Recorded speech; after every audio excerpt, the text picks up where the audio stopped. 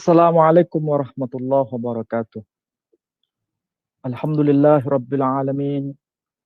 Alhamdulillahilladzi arsala rasulahu bil huda wa dinil haqq liyudhhirahu 'ala ad-dini kullih wa kafa billahi shahida.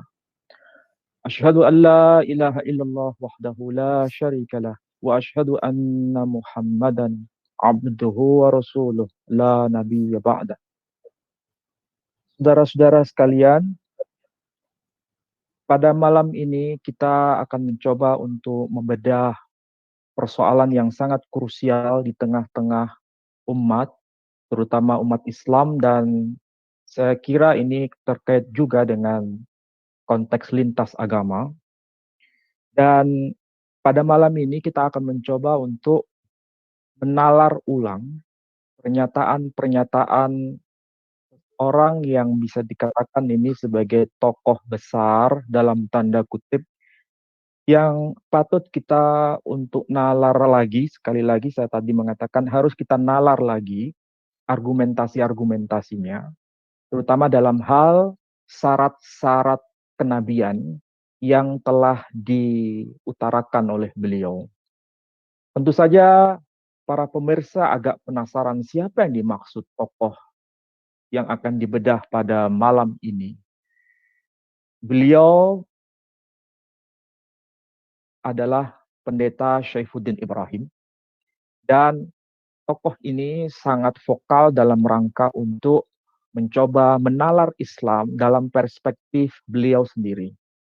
Dan tentu saja seandainya tidak membicarakan atau tidak menyentuh persoalan keislaman, terutama dalam hal pembicaraan mengenai Quran ataupun hadis, mungkin saya tidak akan komentar, tidak akan membahasnya dalam forum yang membahagiakan ini.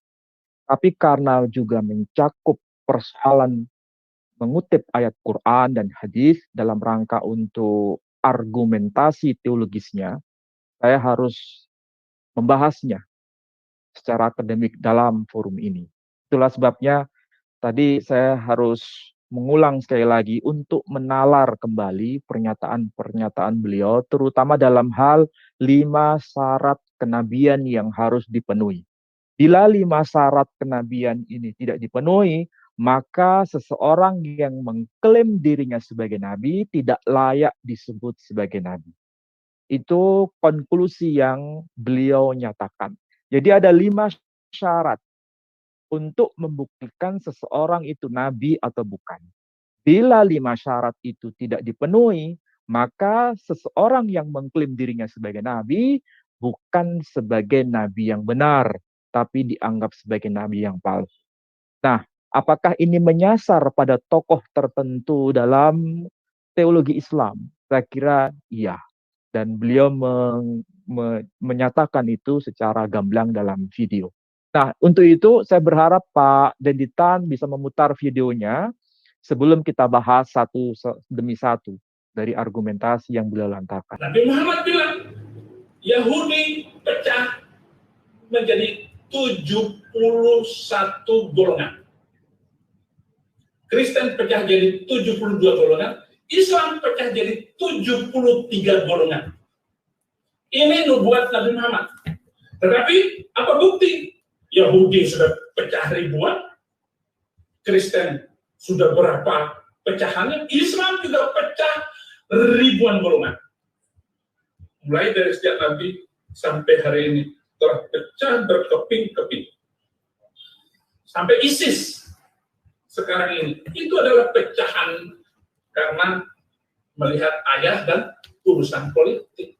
Jadi harus bernubuat Muhammad meleset. Jadi tidak ada satu ayat pun, tidak ada satu nubuatan Muhammad pun yang bisa dipegang. Yang kedua, harus bermukjizat. Mukjizat ini bukan urusan diizinkan oleh Allah atau tidak. Karena seorang nabi utusan Allah pasti membawa bukti mukjizatnya. Misalnya, Yesus membuat burung dari tanah liat. Yesus menyembuhkan orang sakit sembuh. Orang buta melihat, orang tuli mendengar, orang mati hidup kembali, bangkit hidup kembali. Bukan mematikan orang hidup. Kalau mematikan orang hidup, saya juga bisa. Kalau sekedar membunuh orang hidup, gampang. Jadi mukjizat itu adalah tanda di mana Allah berkenan kepada nabi tersebut. Jadi harus ada nubuat mukjizat. Mukjizat diantaranya adalah seperti nabi-nabi tersebut. Dan Al-Quran bukan mukjizat. Anda bisa buktikan bahwa Al-Quran bukan mukjizat dari Muhammad. Kenapa? Karena banyak pertentangan yang ada di dalam Al-Quran. Kalau ada pertentangan, itu bukan firman Allah. Bukan firman Tuhan. Maka siapapun yang bisa membuktikan ada perbedaan antara perjanjian lama dan perjanjian baru tentang ajarannya, hebat orang itu akan membuktikan. Tidak ada perbedaan. Karena itu Al-Quran bukan mukjizat.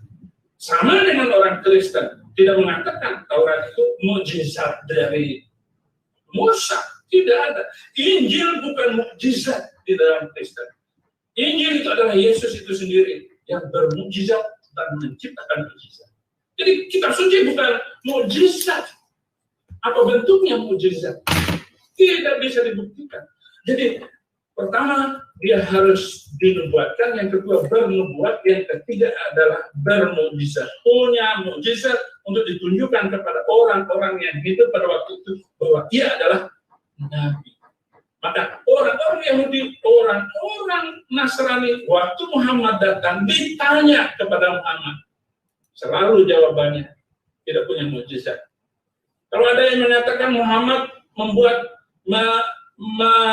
bermukjizat bulan dibelah dua, sampai sekarang bulan tetap satu, walaupun itu hadis sahih benar, tetapi bertentangan dengan apa yang dikehendaki oleh Alkitab.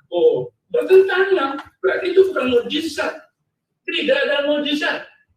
Semua ceritanya cerita, tidak ada saksi yang menguatkan. Apalagi harus disaksikan. Yang keempat, seorang nabi harus disaksikan oleh nabi lain.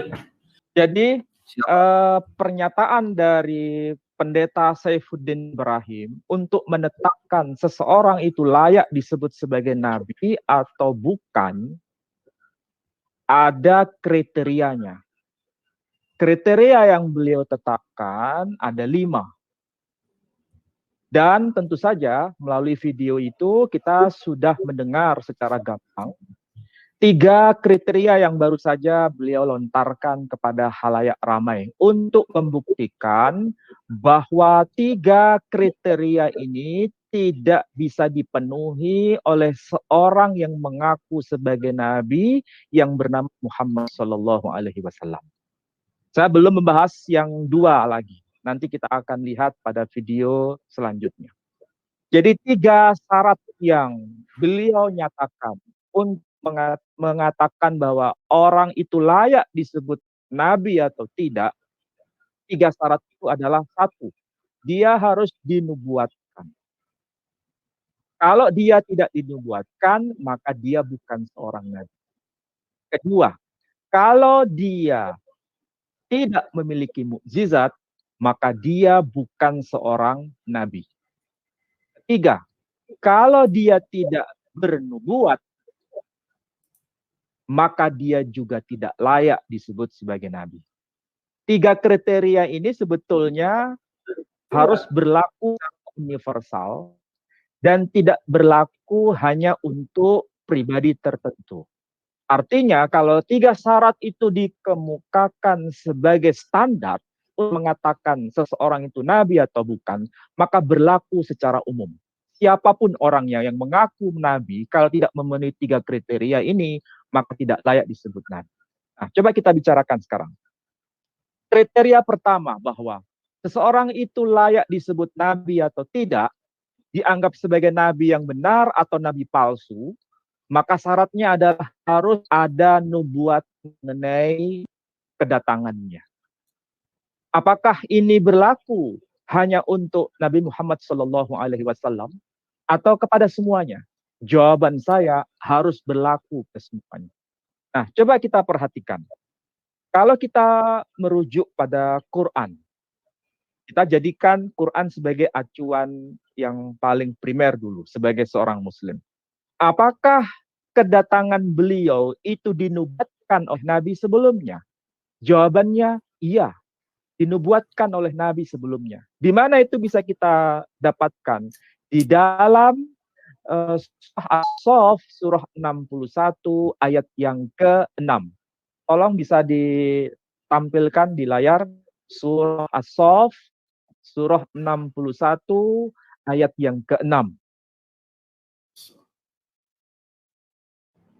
Nanti kita akan baca teksnya dalam versi Arabnya dan sekaligus terjemahannya.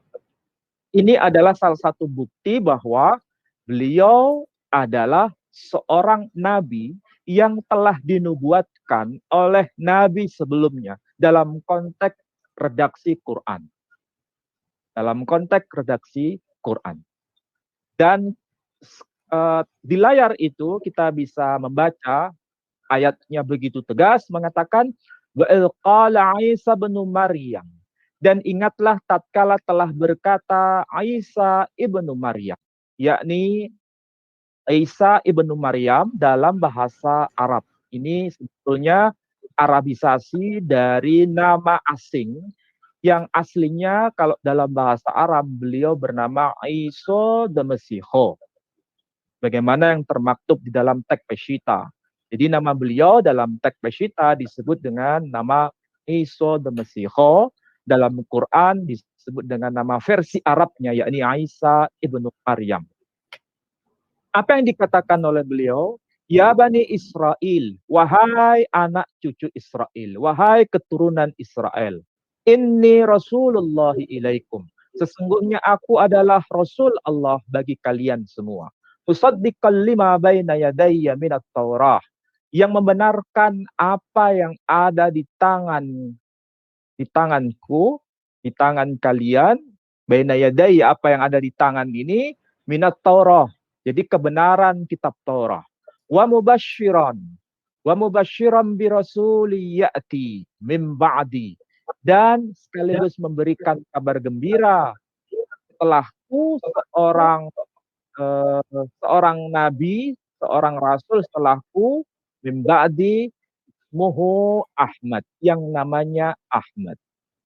Jadi ayat ini menjadi penegasan bahwa orang yang bernama Ahmad atau nama lainnya adalah Muhammad sebagaimana penjelasan hadis telah dinubuatkan oleh nabi sebelumnya. Nabi sebelumnya adalah Isa ibnu Maryam. Ini sebagai ayat kunci di dalam Al-Quran. Memang dia telah dinubuatkan, telah diramalkan oleh nabi sebelumnya kedatangannya itu. Mengenai pendeta Saifuddin Ibrahim tidak beriman dengan ayat ini, itu adalah urusan iman masing-masing. Tapi kalau bicara mengenai apakah dia telah dinubuatkan oleh nabi sebelumnya, jawabannya iya. Menurut Quran ini disebutkan. Namanya juga disebutkan. Nah, masalahnya, apakah ini ada konfirmasi dari kitab-kitab sebelumnya? Apakah ada konfirmasi penegasan dari kitab-kitab sebelumnya? Jawabannya iya. Kalau misalnya kita lihat di dalam teks tanah Torah Nevi'im dan Ketuvim, terutama dalam teks yang kategori Ketuvim, itu ada yang disebut sebagai kitabnya Salomo.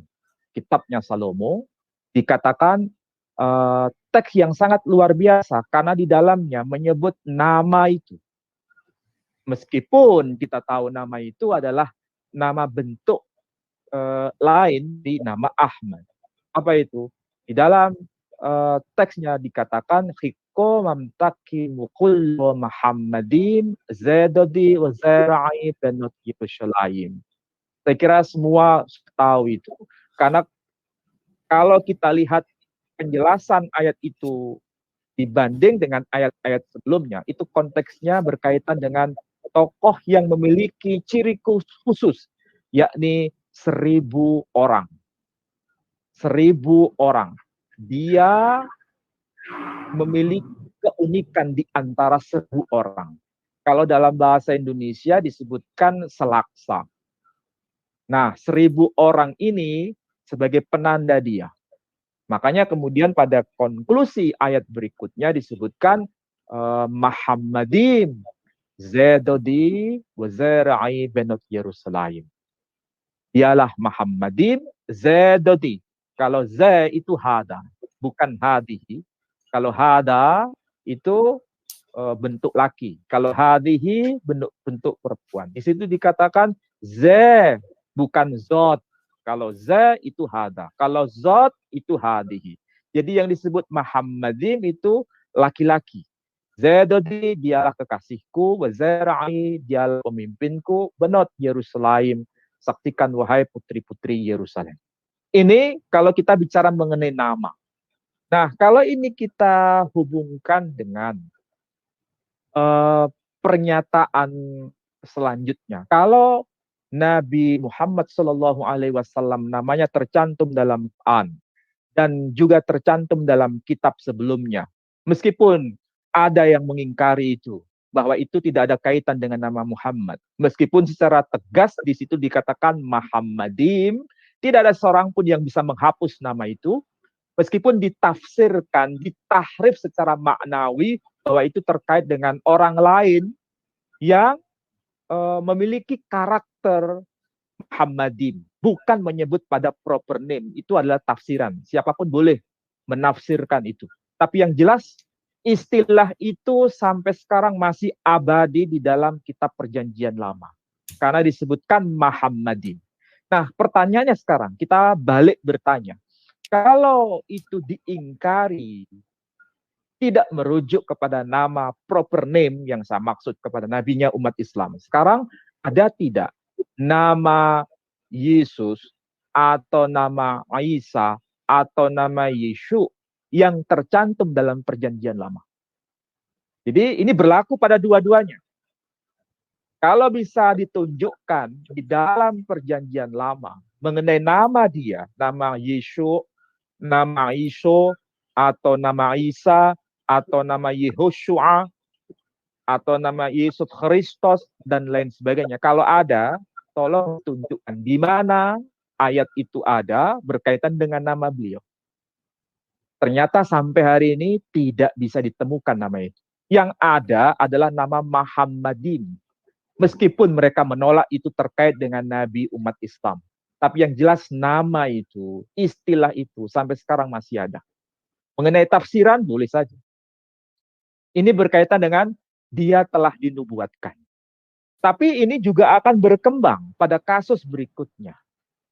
Apakah syarat utama bahwa dia harus dinubuatkan itu menjadi syarat kunci bahwa dia harus diakui sebagai seorang nabi?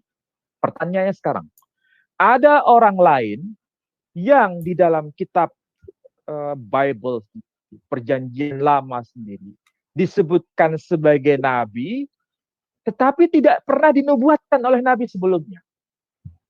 Siapakah dia? Abraham atau Ibrahim. Abraham atau Ibrahim tertulis secara tegas, secara literal, dia disebut sebagai nabi.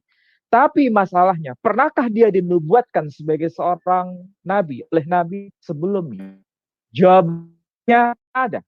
Satu pun ayat, satu pun teks menyebutkan ada nabi lain yang sebelumnya menyatakan bahwa nanti akan datang seorang nabi yang bernama Ibrahim atau seorang nabi yang datang setelahku yang lahir di tempat Babilonia.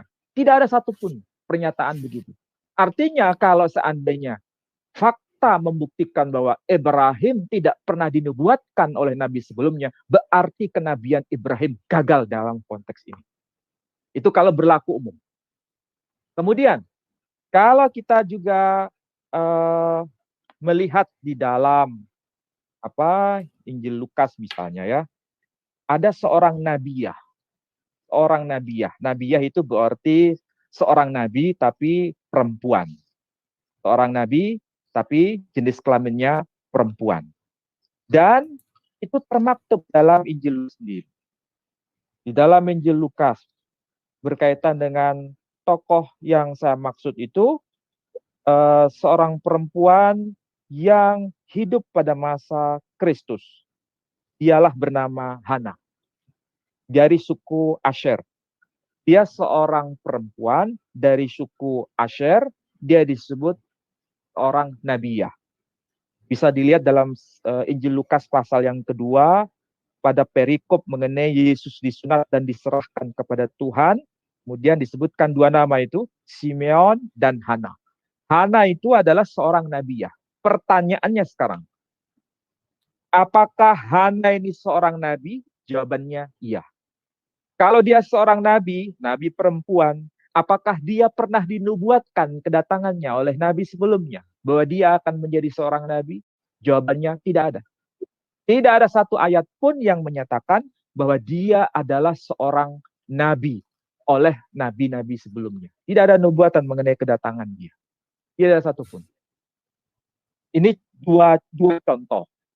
Jadi tidak selalu, kalau tidak dinubuatkan oleh nabi sebelumnya, bukan berarti kenabiannya itu gagal atau klaim palsu. Sebab kalau itu berlaku umum, maka pengakuan Abraham sebagai nabi, dia gagal. Dia tidak berhak disebut sebagai nabi yang benar, tapi harus dianggap sebagai nabi yang palsu. Hana juga begitu. Dia tidak layak disebut sebagai nabiah karena tidak dinubuatkan oleh nabi sebelumnya. Kasus yang spektakuler lagi adalah Yohanes Pembaptis. Yohanes Pembaptis itu, kalau kita lihat teksnya, menurut pengakuan orang Yahudi sendiri, tidak ada satu ayat pun yang bisa dikaitkan dengan nubuatan kedatangan Yohanes Pembaptis. Tidak ada satupun ayat. Sampai hari ini mereka tidak pernah mengatakan bahwa ada ayat yang berkaitan dengan nubuat kedatangan Yohanes Pembaptis atau Yahya bin Zakaria. Tidak ada satu ayat pun. Meskipun kaum Kristiani ada mengutip satu ayat nanti kita akan bicara, yang dikatakan sebagai ayat nubuatan tentang kedatangan Yohanes Pembaptis. Tapi orang Yahudi sendiri menolak bahwa itu tidak ada kaitan dengan Yohanes Pembaptis. Ini fakta real. Kemudian yang spektakuler lagi, meskipun banyak kutipan-kutipan perjanjian lama bertebaran dalam perjanjian baru mengenai kedatangan Kristus, kedatangan Yesus Kristus, diklaim sebagai nubuatan. Salah satunya misalnya di dalam Matius, dia disebut misalnya ini, Matius pasal yang kedua, ayat 23. Setibanya di sana, ia pun tinggal di sebuah kota yang bernama Nazaret. Hal itu terjadi supaya genaplah firman yang disampaikan oleh nabi-nabi, bahwa ia akan disebut orang Nazaret. Berarti nabi-nabi bernubuat mengenai kedatangan manusia mulia yang berasal dari Nazaret. Maka dia disebut orang Nazaret. Pertanyaannya sekarang, kalau dia dinubuatkan oleh nabi-nabi, nabi-nabi siapa yang telah dinubuatkan kedatangan dia? Apalagi berkaitan dengan ayat seperti ini. Tidak ada satupun ayat dalam perjanjian lama yang mengkonfirmasi itu, bahwa dia akan disebut sebagai orang Nazaret. Artinya, kalau syarat kenabian dia harus dinubuatkan oleh nabi-nabi sebelumnya, syarat pertama itu gagal dalam konteks ini. Ini baru poin yang pertama.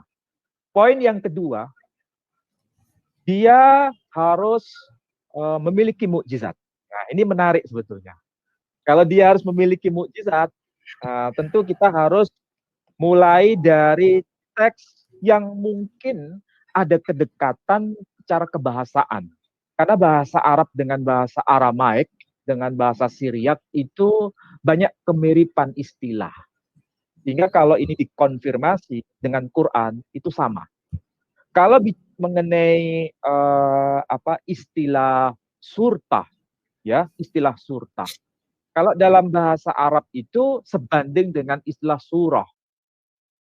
Jadi kalau istilah dalam bahasa Aramaik surta itu dalam bahasa Arab sebanding dengan istilah surah. Misalnya surah Al-Baqarah, surah Ali Imran, surah An-Nisa itu pakai istilah surah. Dalam bahasa Aramaik disebut surta. Banding dengan itu, kasus yang hampir sama, kalau di dalam teks Peshitta ketika bicara mengenai tanda, kalau bahasa kita, tanda mukjizat, itu versi bahasa Arabnya menyebutnya ayatan, ayatun, ayat. Jadi bisa disebut ayatan, bisa disebut ayatun, bisa disebut ayat. Sedangkan dalam bahasa Syriak disebutkan dengan ateh. Jadi ateh atau disebut dengan istilah ata. Jadi ata dalam bahasa Syriak atau bahasa Aramaik sebanding dengan istilah ayah dalam bahasa Arab. Nah, kita coba misalnya lihat Matius pasal yang ke-9.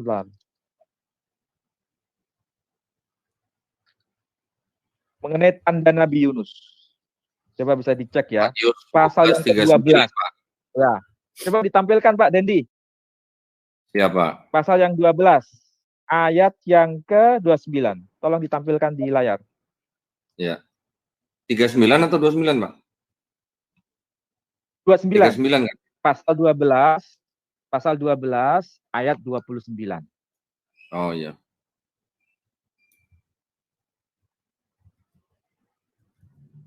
Sebentar, Pak. Ini biar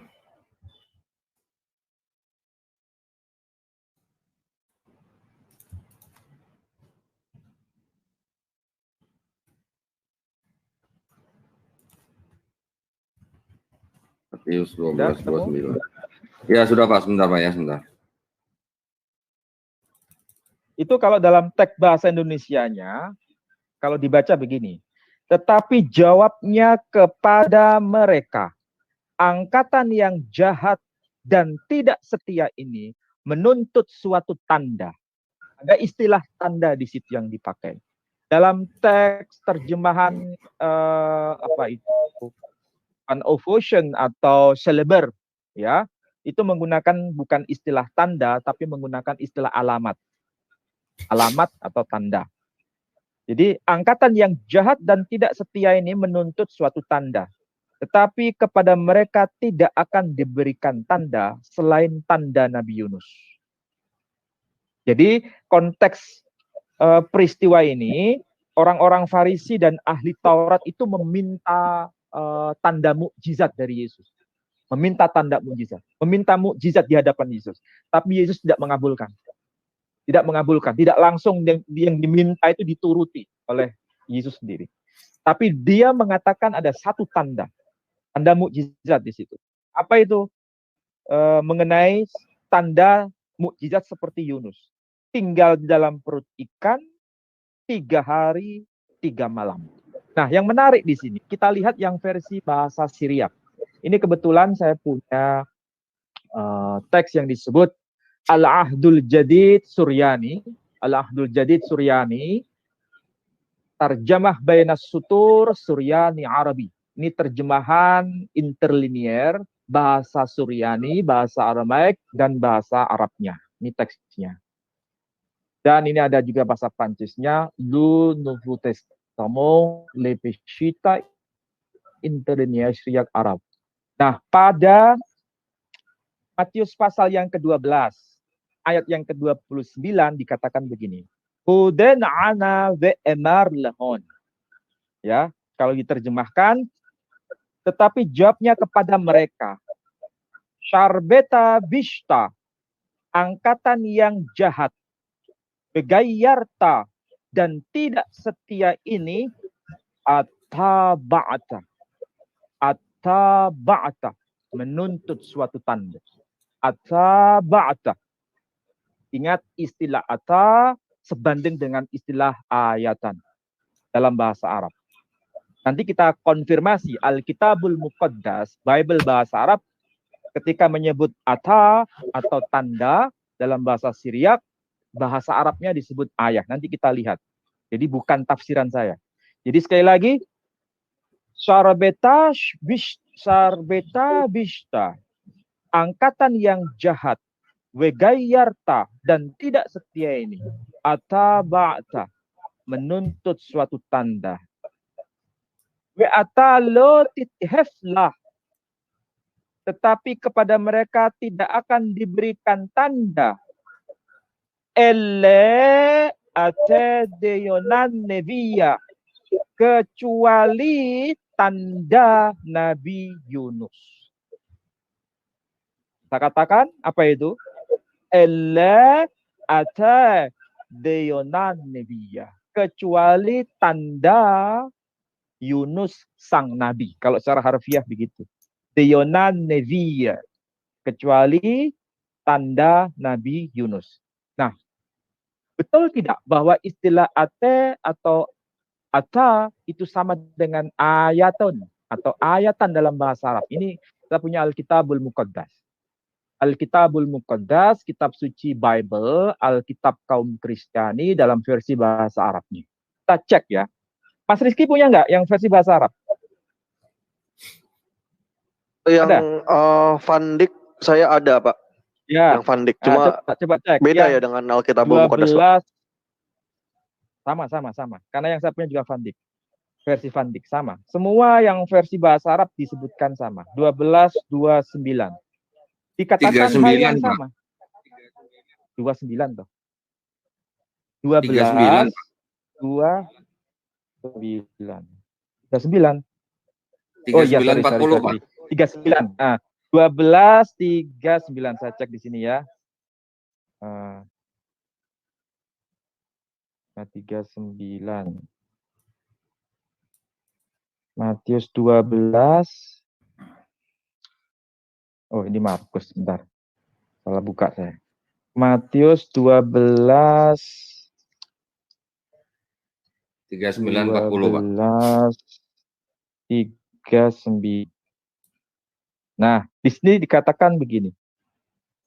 Kalau dalam versi bahasa Siriaknya dikatakan ele ate deyonan nebiya, ya.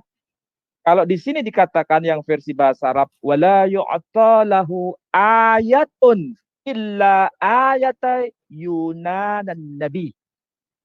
Dikatakan ayah illa ayata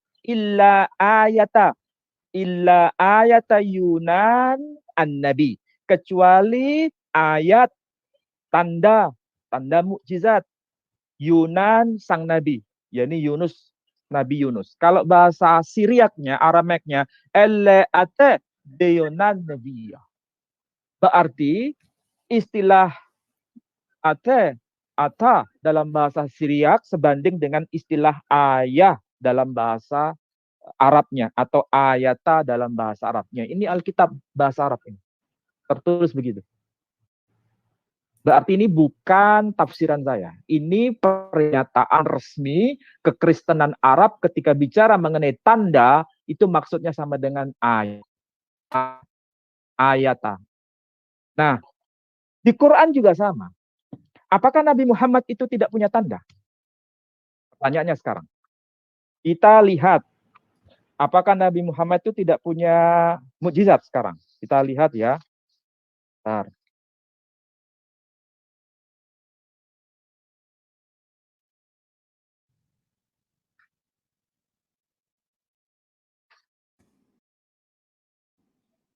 Surah 54 ayat yang kedua. Coba dilihat Pak Dendi.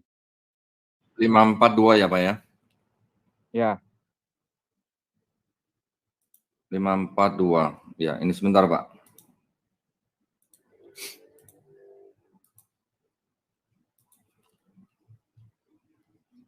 Ya, ini, Pak. Ya. Di situ pakai istilah yang betul-betul tegas di situ. Pakai istilah ayah, ya. Ternyata istilah ayah itu apa? Sama dengan tanda, sama dengan mukjizat. Iya. Coba terjemahkan Pak Dendi yang bahasa Indonesianya. Tolong dibaca pelan-pelan. Tolong dibaca pelan-pelan. Iya. Surah 54 ayat yang kedua. Dan jika mereka orang-orang musyrikin melihat suatu tanda mujizat, mereka berpaling dan berkata, ini adalah sihir yang terus-menerus. Nah, pertanyaan dari saya sekarang. Orang musyrikin di sini konteksnya pada zaman Nabi Muhammad SAW atau bukan? Ini konteksnya pada zaman Nabi Muhammad SAW bersama orang-orang musyrik. Orang-orang musyrik melihat dan berkomunikasi dengan Nabi. Tapi kemudian apa yang terjadi? Wa iyyarau ayatan yu'ridu wa yaqulu siharum mustamir. Dan jika mereka orang-orang musyrikin melihat sesuatu tanda, nah dikatakan tanda, ayat. Kemudian maksudnya di situ dijelaskan, ini mukjizat. Mereka berpaling dan berkata, wa yaqulu, dan mereka berkata, syihrun mustamir. Ini adalah sihir yang terus-menerus. Jadi, Nabi Muhammad itu sebetulnya sudah menunjukkan tanda, menunjukkan mukjizatnya kepada orang-orang musyrik. Tapi orang-orang musyrik tidak percaya. Mungkin kita bertanya, ini mukjizat apa? Quran tidak merinci memang. Ada di ayat yang lain, di surah yang lain. Misalnya ketika beliau membelah bulan, sebagaimana yang dikatakan oleh Saifuddin Ibrahim. Itu fakta real. Terjadi itu. Bulan terbelah jadi dua. Saksinya ada. Orang-orang yang awalnya dari luar kota, kemudian masuk ke kota Makkah, kemudian melihat tanda bulan itu betul-betul terbelah. Padahal mereka tidak berhadapan dengan Nabi. Mereka dalam perjalanan. Tapi ketika masuk ditanya, apa kamu di sana melihat tanda bulan terbelah? Jawabannya, iya, kami melihat tanda bulan terbelah. Itu tercantum di dalam surah lain mengenai surah bulan yang terbelah dalam ayat yang lain. Tapi di sini secara global disebutkan Nabi sudah menunjukkan tanda, menunjukkan mukjizat dengan menggunakan ungkapan ayah sama dengan oto, ata dalam bahasa Syria.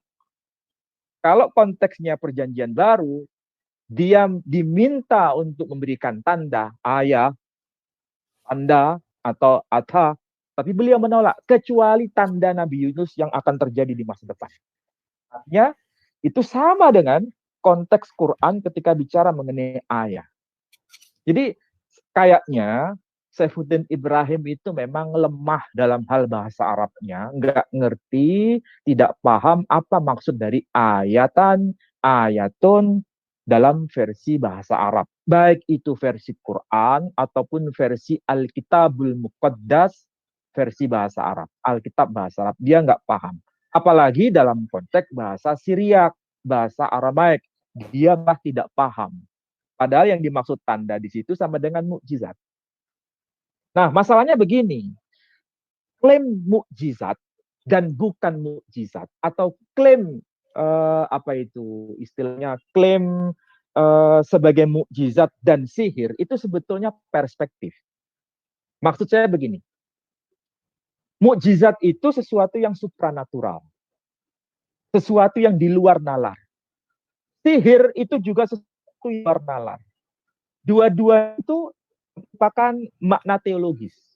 Makna yang berkaitan dengan konteks kebenaran atau kesalahan.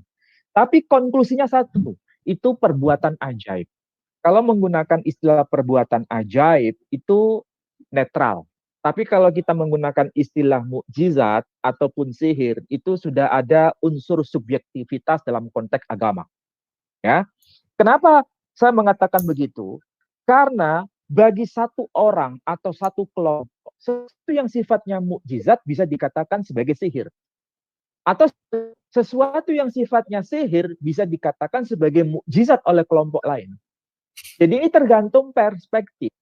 Tapi mau disebut mukjizat ataupun disebut sihir, konteksnya sama. Supaya paham begini. Ini menjadi gambaran yang ringkas. Pada zaman Musa, ada tukang sihir, ada Fir'aun. Ya, ada Musa sihir, ada Fir'aun. Itu ada di dalam Quran disebutkan, di dalam kitabnya orang Yahudi, Tanah, terutama dalam Sefer Shemot juga disebutkan. Ringkasnya, Musa mengeluarkan tanda, mengeluarkan ayat, mengeluarkan mukjizat. Apa itu? Tongkat menjadi ular. Sementara pihaknya dari Fir'aun, tukang sihirnya, juga mengeluarkan tali temali, kemudian menjadi ular. Kita sebagai orang beriman membedakan itu. Yang dilakukan Musa itu anggapnya sebagai mukjizat. Tapi yang dilakukan oleh si tukang sihir dianggapnya sebagai sihir. Ini kan perspektif agama. Tapi karena Fir'aun itu yang dia lihat itu sama, betul-betul sama perbuatan ajaib, maka kedua-duanya dianggap sebagai sihir. Jadi yang tukang sihir itu juga melakukan sihir, tadi temali menjadi ular, Musa menjadikan tongkat menjadi ular. Dianggapnya sama saja. Makanya ketika terjadi itu, Fir'aun mengatakan, Musa itu melakukan sihir juga, sama. Jadi mau sihir, mau mukjizat, itu perspektif. Tapi sebetulnya ujung-ujungnya adalah perbuatan ajaib. Nah, dalam konteks ini, Nabi Muhammad SAW ketika melakukan ayat mukjizat oleh orang-orang Quraisy dianggap sebagai sihir. Apakah fakta seperti ini juga sama seperti yang dialami oleh Yesus sendiri? Nah, kita lihat tampilan dari Talmud. Coba lihat di Talmud yang tadi saya kirim Pak Don. Siap, Pak. Sebentar, Pak. Ini ya, Pak ya? Ya, tolong dibaca. Yesu dalam Talmud Bavli, Juz Nesikin atau kerugian, Traktat Sanhedrin atau Mahkamah nomor 43A. Pada sabat perayaan Paskah, Yesus orang Nazaret digantung di kayu salib, sebab selama 40 hari sebelum eksekusi dijalankan, muncul seorang pemberita yang mengatakan, inilah Yesus Han-Nozri yang akan dirajam dengan batu, sebab dia telah mempraktekkan sihir dan magis yang mempengaruhi orang-orang Israel agar murtad. Barang siapa dapat mengatakan sesuatu untuk membelanya, hendaklah tampil dan membelanya. Tetapi karena tidak ada seorang pun yang tampil untuk membelanya, dia pun digantung pada sore perayaan Paskah. Pertama, nama Yesus dalam Talmud. Kedua, dieksekusi pada perayaan Pesach dengan cara digantung, Yesus Hatalui. Ketiga, didakwa mempraktekkan sihir dan magis, sama seperti di dalam Markus 3 ayat 22. Keempat, tanpa pembela, di Getsemani semua murid meninggalkan dia dan melarikan diri, Markus 14:50, juga di hadapan Mahkamah Agama, Markus 14:53-72, dan di hadapan pengadilan Pilatus, Markus 15 ayat 1-15. Kelima, penulis Injil, Matius, Markus, Lukas, Yohanes, bukan saksi mata saat peristiwa tersebut. Nah, itu sebetulnya kutipan yang saya terjemahkan dari kitab yang sangat muktabar, sangat representatif dalam keagamaan Yahudi yang disebut sebagai Talmud Bavli. Ada Mesachet Nezikin, di situ ada Traktat Sanhedrin, disebutkan pernyataan seperti itu. Jadi ada seorang yang bernama Yesus Han-Nozri, dia disebut sebagai Yesus Hatalui. Yesus Han-Nozri itu maksudnya sama dengan Yesus dari Nazaret. Dia disebut Yesus Hatalui, dia digantung. Digantung itu bukan berarti dalam seperti bahasa kita digantung kepalanya, bukan ya. Digantung artinya dalam konteks disalibkan. Dalam bahasa Ibrani disebutkan Hatalui.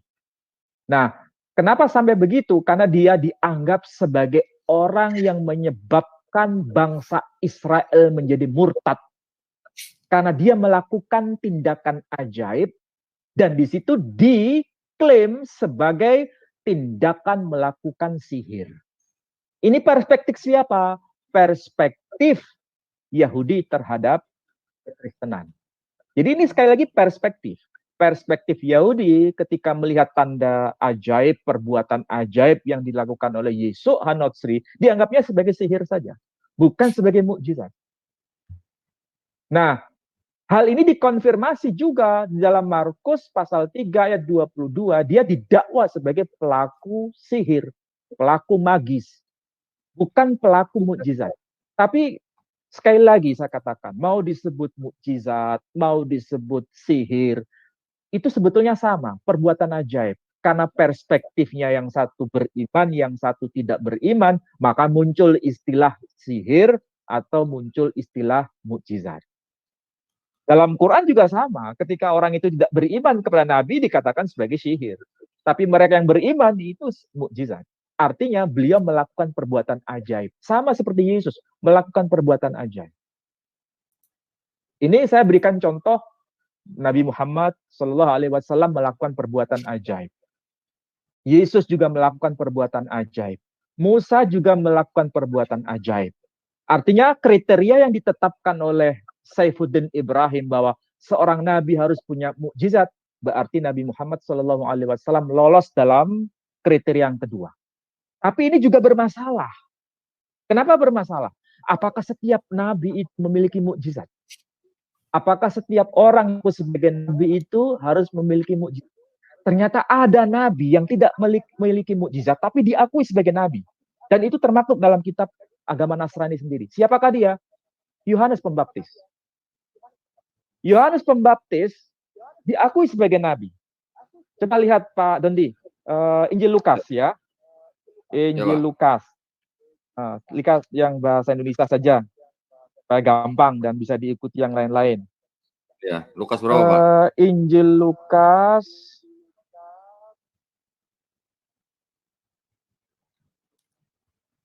pasal pertama ayat 76. Pertama 76.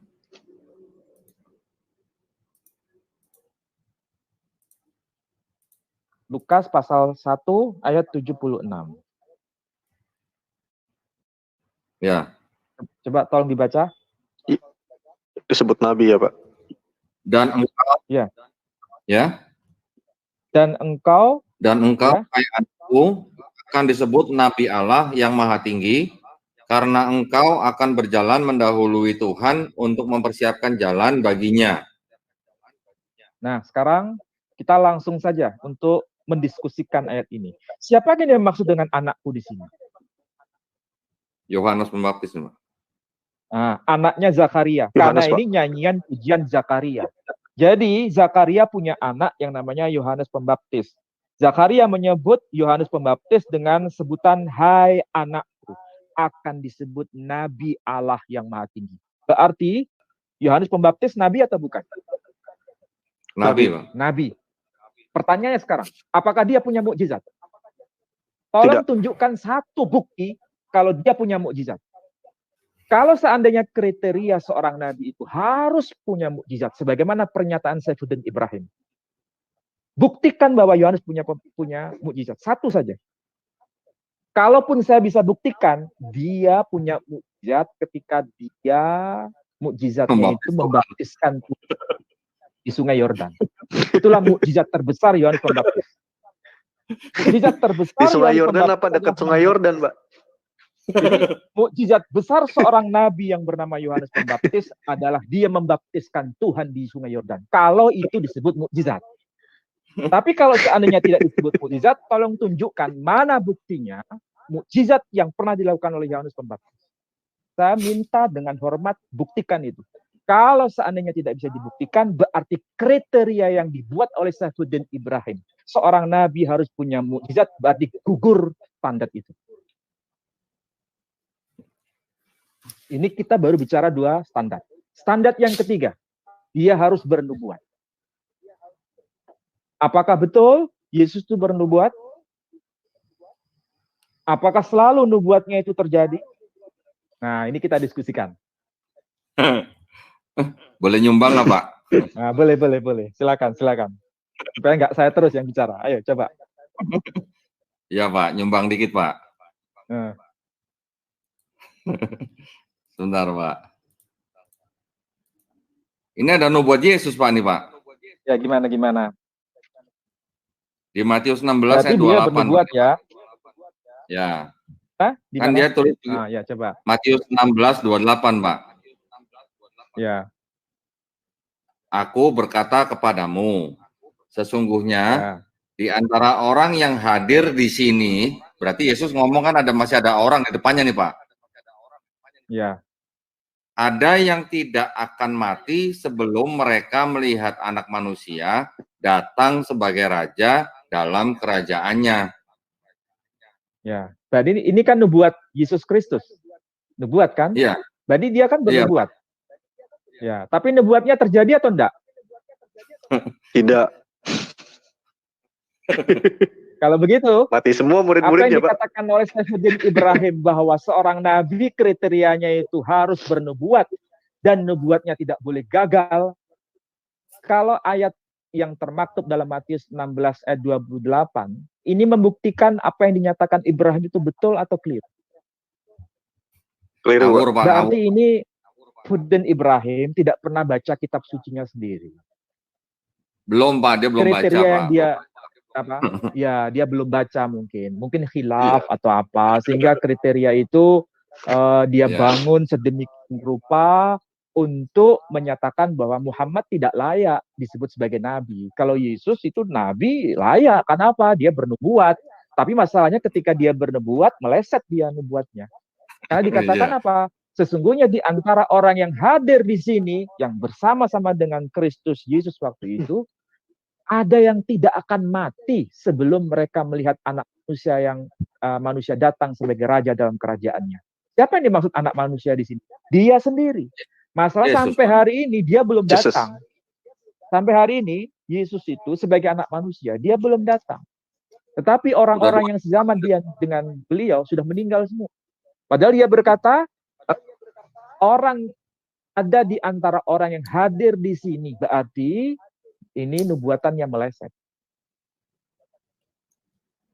Nah, sekarang kita lihat misalnya nubuat yang lain, nubuat yang lain. Nubuat yang lain itu berkaitan dengan mengenai hancurnya bait suci. Hancurnya bait suci. Kita dicari Pak Dandi, hancurnya Yang bait suci. yang 3 hari akan dibangun ya, Pak? Iya, iya betul. Tidak ada satu batu pun, yang tetap pada tempatnya. Nah, itu dia bernubuat seperti itu.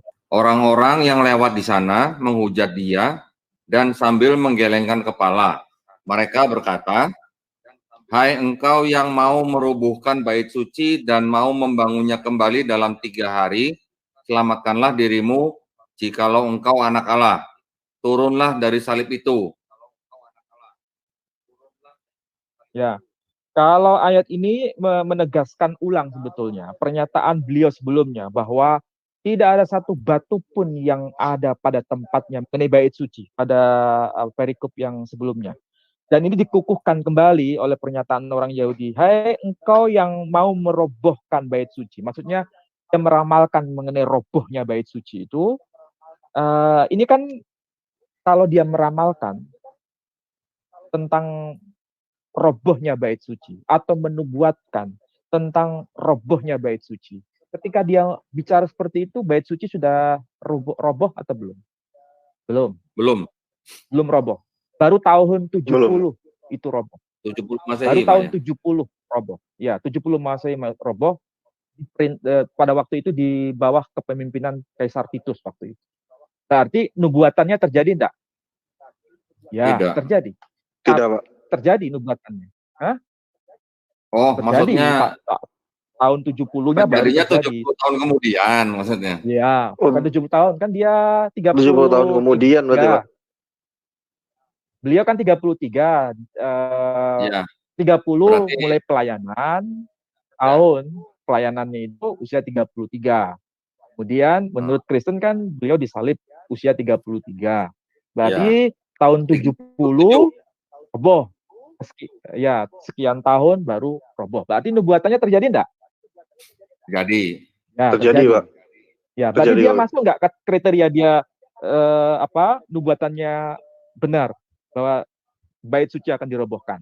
Jawaban saya, ya. Masuk. Tapi yang tadi nubuatannya tadi meleset. Ya kan? Kalau begitu, apakah dia layak disebut sebagai seorang nabi? Enggak, Pak. Karena nubuatnya yang meleset satu, Pak. Tadi udah satu ini pernyataan yang sebetulnya harus adil. Kalau seandainya ini diterapkan kepada Nabi Muhammad SAW, apakah Nabi Muhammad pernah bernubuat? Jawabannya iya. Bernubuat mengenai apa? Beliau bernubuat dan itu ditulis dalam Quran. idza jaa nasrullahi wal fath Wal fath. wa ra'aitan nasa yadkhuluna fi dinillahi afwaja fasabbih bihamdi rabbika wastaghfir innaka kana tawwaba. Idza jaa, idza dalam bahasa Arab itu tegas dikatakan. Id tulisannya alif zal. Kalau dibaca id itu artinya peristiwanya telah terjadi. Tapi kalau dibaca idza peristiwanya akan terjadi.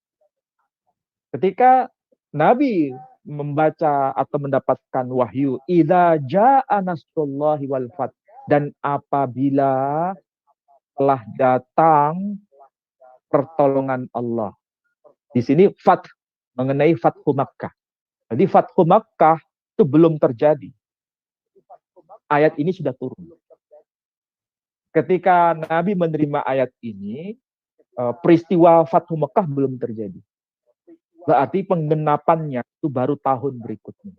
Berarti apa yang telah beliau mengatakan idza jaa nasrullahi wal fath, dan apabila telah datang pertolongan Allah, Fathu Makkah itu, ini menjadi bukti bahwa beliau telah bernubuat dan nubuatannya pun terjadi. Jadi kalau dikatakan dia bernubuat kemudian meleset, pernyataan Saifuddin Ibrahim mengatakan begitu itu dari mana? Saya pun kesulitan untuk mencari argumentasinya Saifuddin Ibrahim ketika mengklaim bahwa Nabi Muhammad tidak pernah bernubuat dan juga tidak pernah nubuatannya pun terjadi. Ini dari mana? Itu kan karangan indah dari Saifuddin Ibrahim itu sendiri. Tidak ada penjelasan. Tidak ada penjelasan sama sekali. Tapi kalau ini ditunjukkan kepada konteks Bible sendiri, nubuatan Yesus malah meleset seperti yang tadi disebutkan. Jadi 3 kriteria ini sudah kita bahas, Pak Dendi. 1 mengenai dia telah dinubuatkan, berarti statement Ibrahim gagal total. 2, dia harus bermukjizat. Ternyata Nabi Muhammad juga bermukjizat, Isa juga bermukjizat, meskipun kaumnya masing-masing mengatakan itu sebagai sihir. Tapi yang jelas itu perbuatan ajaib. Yang ketiga, dia bernubuat. Nabi Muhammad bernubuat, Yesus Kristus juga bernubuat, meskipun nubuatnya ada yang meleset tadi. Kriteria yang keempat dan kelima, kita belum bahas. Tolong dilanjutkan video tadi. Orang sakit, sembuh. Orang buta melihat, orang tuli mendengar. Orang mati hidup kembali, bangkit hidup kembali. Bukan mematikan orang hidup. Kalau mematikan orang hidup, saya juga bisa. Kalau sekedar membunuh orang hidup, gampang. Jadi mukjizat itu adalah tanda di mana Allah berkenan kepada Nabi tersebut. Jadi harus ada nubuat mukjizat. Mukjizat diantaranya adalah seperti nabi-nabi tersebut. Dan Al-Quran bukan mukjizat.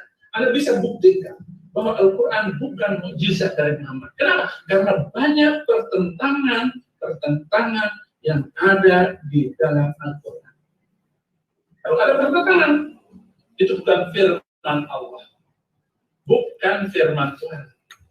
Maka siapapun yang bisa membuktikan ada perbedaan antara perjanjian lama dan perjanjian baru tentang ajarannya, hebat orang itu akan membuktikan. Tidak ada perbedaan. Karena itu Al-Quran bukan mukjizat.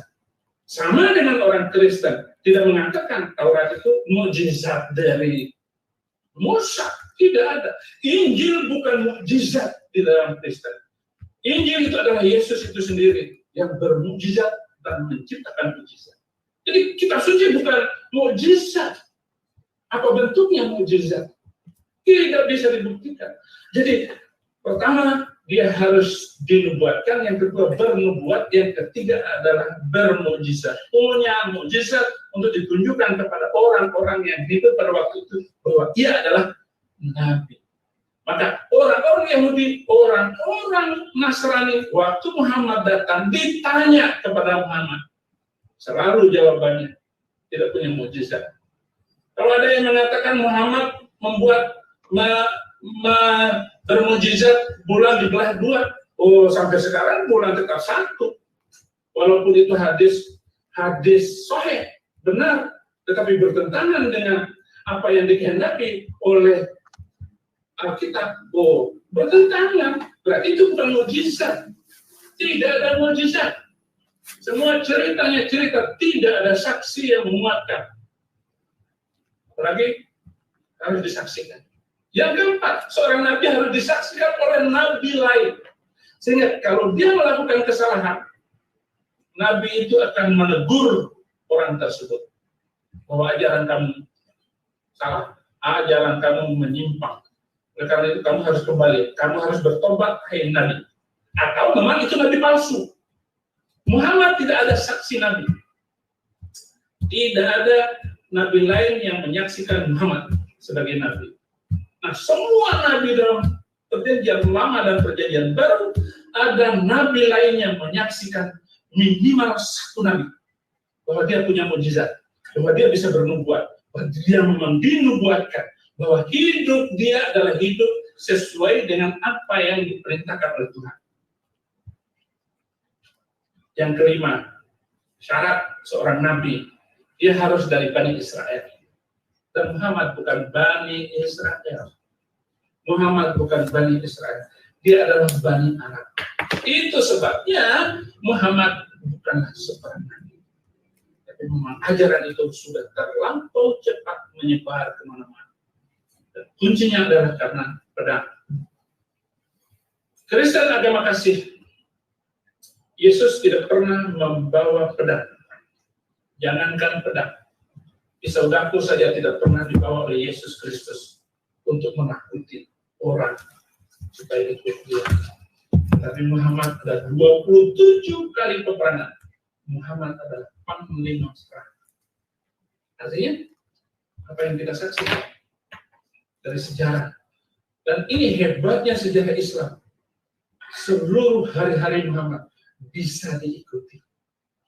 Perang yang diikuti Muhammad, yang dipimpin, berapa orang yang dibunuh oleh Muhammad, jelas sekali semuanya. Jelas sekali dalam sejarah itu. Ada satu buku yang luar biasa di dalam kehidupan saya. Buku sejarah Muhammad adalah karangan Hussein Haikal, Muhammad Hussein Haikal. Dia menulis Hayatul Muhammad. Buku ini luar biasa. Saudara-saudara muslim belum membaca buku ini. Betapa ajaibnya tulisan itu. 4-5 halaman saya baca, air mata saya keluar. 3 halaman saya menangis. Betapa rindunya saya kepada apa yang telah saya yakini dahulu. Tetapi sekarang semuanya hancur. Karena saya menemukan satu kebenaran. Dan kebenaran itu adalah Yesus Kristus. Cukup, Ali? Ya, itu aja. Oke, Pak. Saya harus membahasnya mulai dari yang paling belakang yang beliau nyatakan. Beliau otomatis bisa kita analisa ya argumentasinya bahwa kasihan kalau saya pakai aja, Pak. Muhammad, ya, Nabi Muhammad itu syarat dengan pedang katanya, melakukan pembunuhan, kemudian itu beda dengan diri yang tidak melakukan pembunuhan. Begini, ini kan tidak bisa hanya sekedar dibaca dalam konteks dia bawa pedang atau tidak bawa pedang. Kalau seandainya kita bahas, ya sebetulnya harus adil dalam konteks ini. Begini, kalau Nabi Muhammad bawa pedang itu iya, bawa pedang. Tapi pedang untuk apa? Itu pertanyaannya. Sekarang, Yesus apakah tidak pernah memerintahkan untuk beli pedang? Pernah, dalam Pak. Matius? Pernah, Pak. Bukan.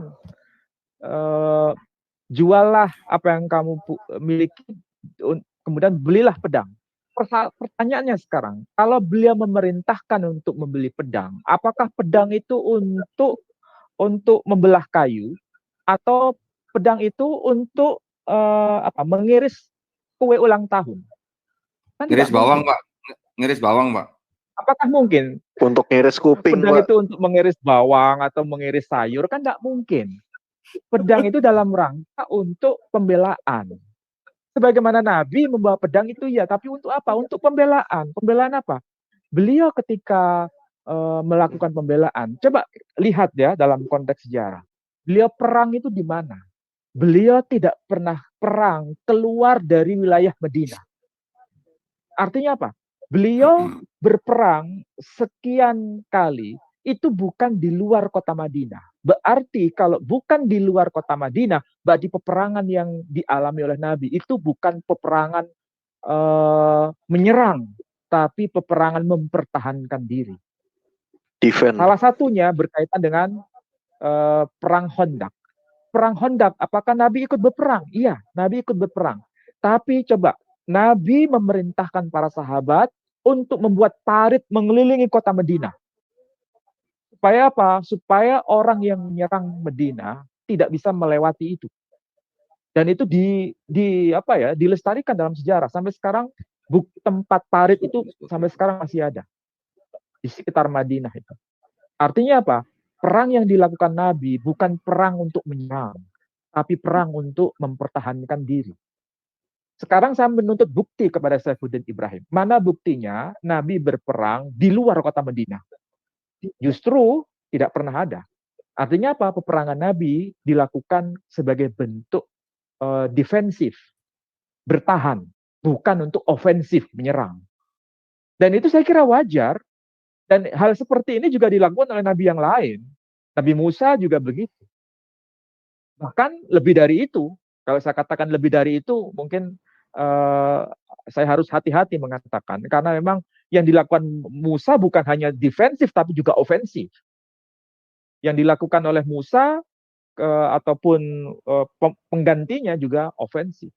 Nabi-nabi yang lain seperti itu. Nabi Muhammad enggak. Dia defensif, mempertahankan diri. Kalau diserang, dia akan bertahan.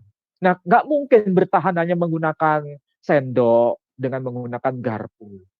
Dia harus bertahan dengan menggunakan alat pada zamannya. Apa itu? Ya harus pedang. Zamannya Yesus sendiri, karena waktu itu tidak ada bom atom, yang dia perintahkan, belilah pedang. Dia tidak mengatakan belilah bom atom. Tidak. Kenapa? Zaman itu yang ada hanya pedang.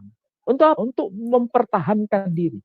Makanya ketika diserang waktu di Getsemani, salah seorang muridnya menggunakan pedang untuk memotong itu. Meskipun kemudian Berarti dia gini, Pak Ali. dilarang. Kenapa? Suruh bawa pedang itu suruh buat iris kuping berarti Pak Ali. Tadi kan Pak Ali nanya, bawa pedang gunanya untuk apa? Untuk iris kuping berarti Pak Ali. Ya, enggak tahulah. Itu penafsiran siapapun boleh. Tapi yang jelas dia nyuruh membeli pedang itu bukan sekedar untuk gagah-gagahan.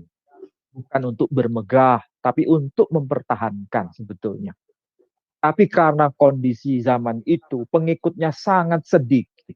Itu beda dengan Nabi Muhammad SAW. Sudah banyak, sehingga bertahannya cukup luar biasa.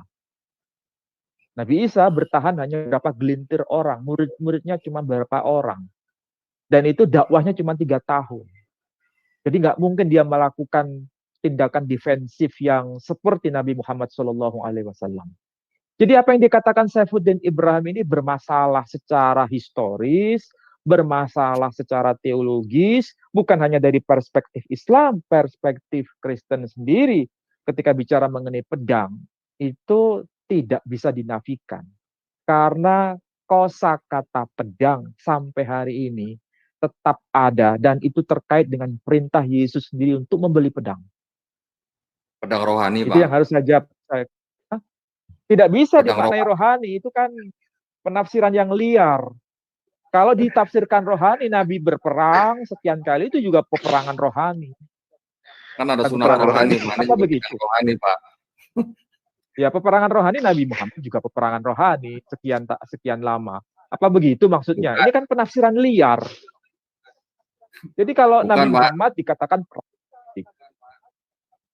kan ada sunat rohani, Pak. Yesus, jadi kan ada pedang rohani gitu, Pak.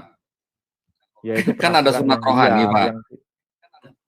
Penafsiran yang tidak bisa dikonfirmasi kebenarannya. Nah, ini masalah, ya.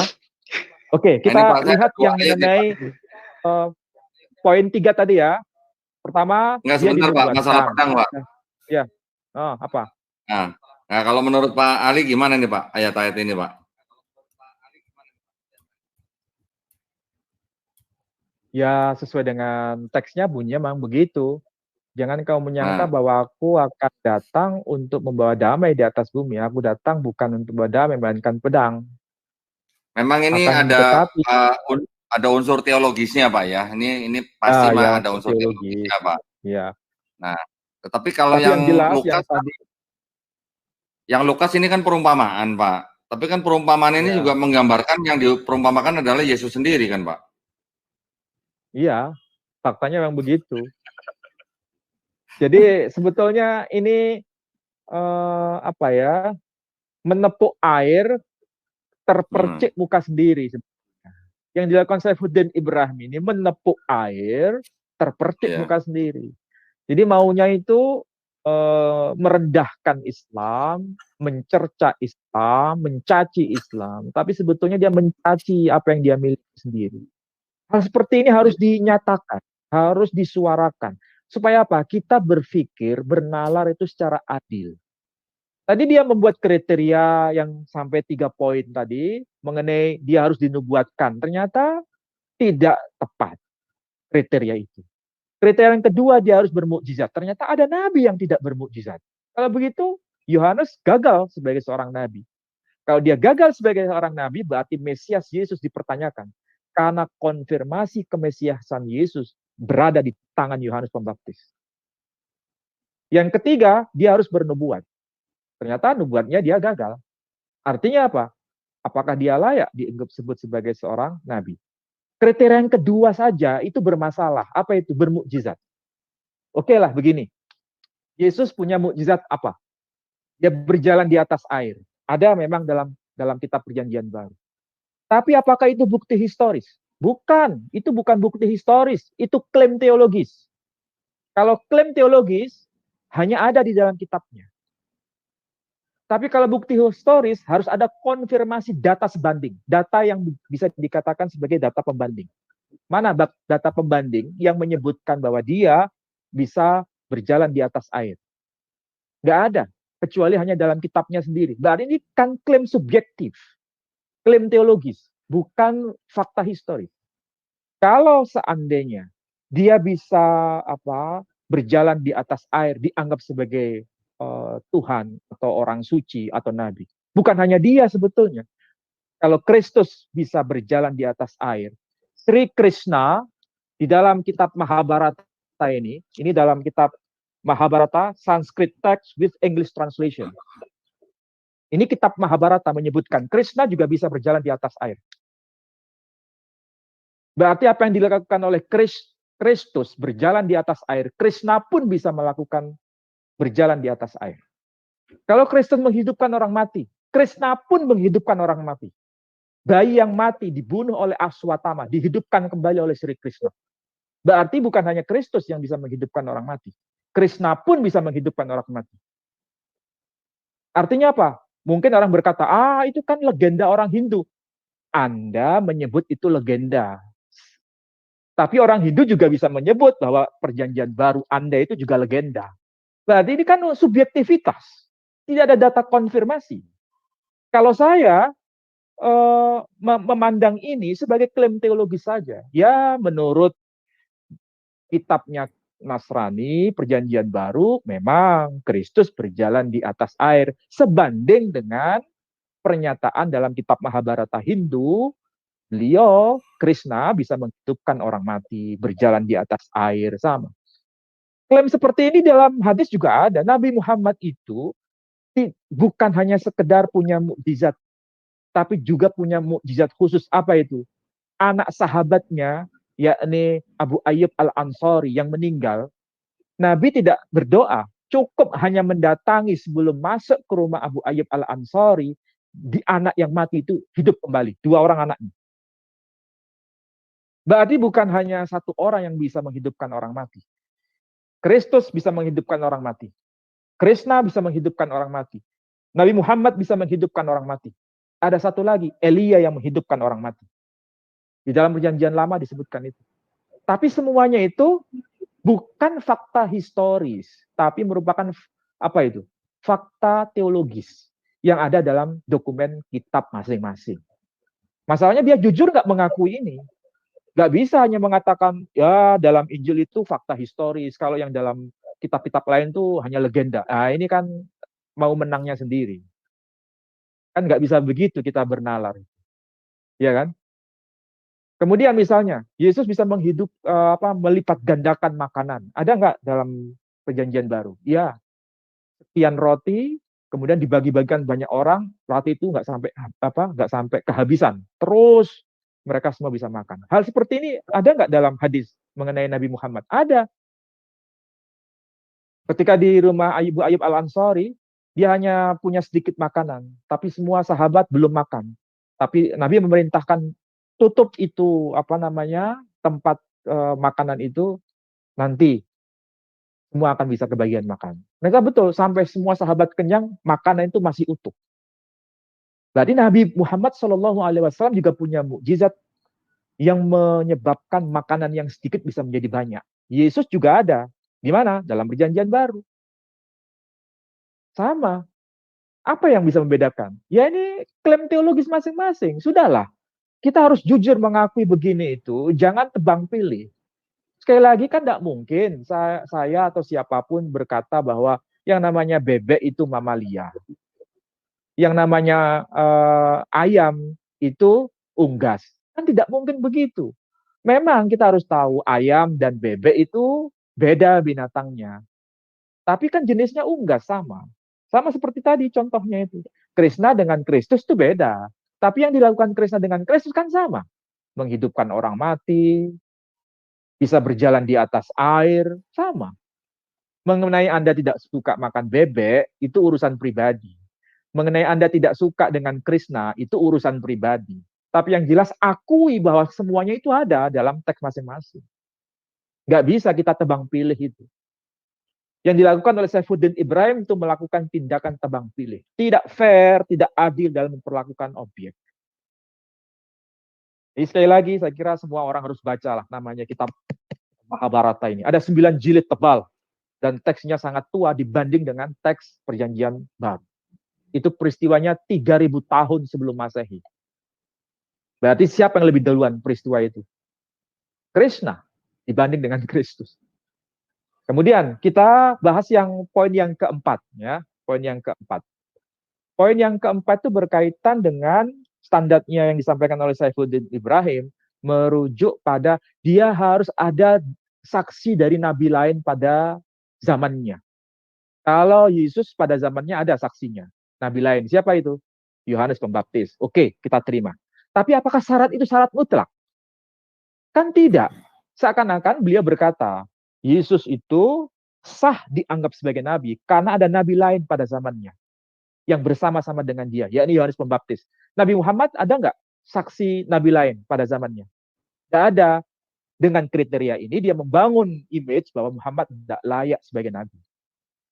Tapi ini bermasalah juga. Ada nabi yang disebut sebagai nabi, tapi pada zaman itu tidak ada nabi lain kecuali hanya dirinya sendiri. Siapa Mas Rizky? Abraham, ya. Coba tolong dibacakan ayatnya. Sebentar, Pak. Itu ada di ini Pak Dondi, tolong di-share Pak Dondi. Berashit atau Kejadian 20 pasal 20. Jadi saya tandain. Kejadian 20. Iya. Kejadian 20 terus ayatnya ayat ke-7. Tapi tolong ini konteksnya dibaca. Bukan tekstual ya Pak, tapi kontekstual ini. Ya. Nah, di dalam Kejadian 27. Kejadian 20. Di sini dikatakan Kejadian 20 ayat 7, Pak. Oh, ya, tadi kok bilangnya ayat 20, ayat 20 nggak ada. Pasal sorry Pak, pasal ke-20. Oke, ini dia nih.